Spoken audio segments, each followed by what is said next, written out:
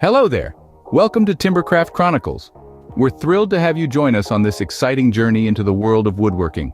Here we share our passion for all things timber and guide you through the intricate processes, the tools, the techniques, and the sheer joy of creating something beautiful from a raw piece of wood. If you enjoy our content, don't forget to like and subscribe to our channel. Your support helps us continue to bring you more great woodworking content. Today, we're going to delve into a tool that's indispensable for any serious woodworker, the Woodworking Router. So grab your safety goggles, dust off your workbench, and let's dive into mastering the Woodworking Router. Stay tuned. Ever wondered how to get professional results on your woodworking projects? Today, we're taking a close-up look at woodworking routers. These versatile tools, with their spinning blades and adjustable depths, are the key to creating those perfect edges and intricate designs. We're not just talking about basic cuts here, but the kind of craftsmanship that takes your projects from good to great. So, are you ready for a close-up journey into the realm of professional woodworking? Stick around to find out how to get those perfect edges and intricate designs with a woodworking router. Before you start, know your tool. So, what exactly is a woodworking router?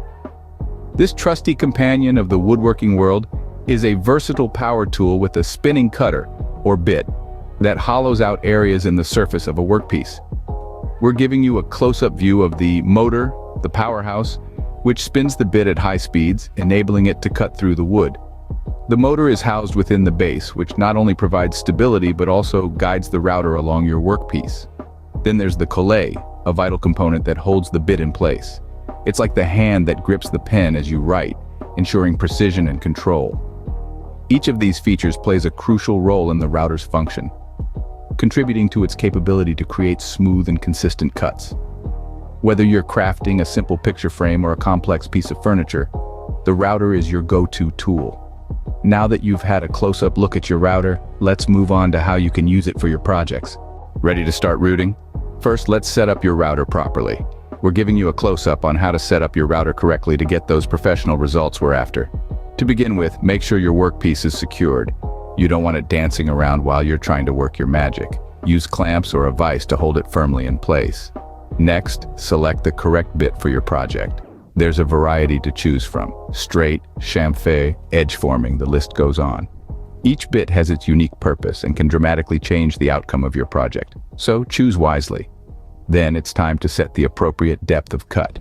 The depth of cut is essentially how deep the bit will plunge into the workpiece. Again, this depends on the type of project and the finish you're looking for. And voila, that's it.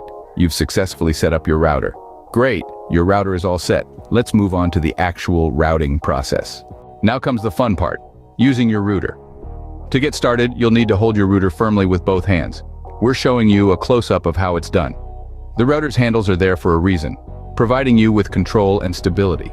It's important to guide the router with steady, confident movements. Remember, you're the one in charge, not the machine. Now let's talk about making cuts. When you're routing, always move the router from left to right. This is called climbing cut. Moving in this direction ensures that the router bit cuts into the wood, giving you control and a smoother finish. As you're making your cut, be sure to keep a consistent speed. Going too fast can result in a rough cut, while moving too slowly can burn the wood. It's a delicate balance, but one you'll master with time and practice. With a router, you can achieve a variety of designs and finishes. For instance, you can create stunning edge profiles like a rounded edge or a fancy Roman ogee. You can also use your router to make intricate cuts for joinery, like dovetail or box joints. Just imagine the possibilities. And if you're feeling particularly adventurous, why not try your hand at inlay work? With a close-up view of a router and a steady hand, you can create beautiful patterns and designs that are sure to impress. And that's how you use a router. But remember, practice makes perfect. So what have we learned today about using a woodworking router?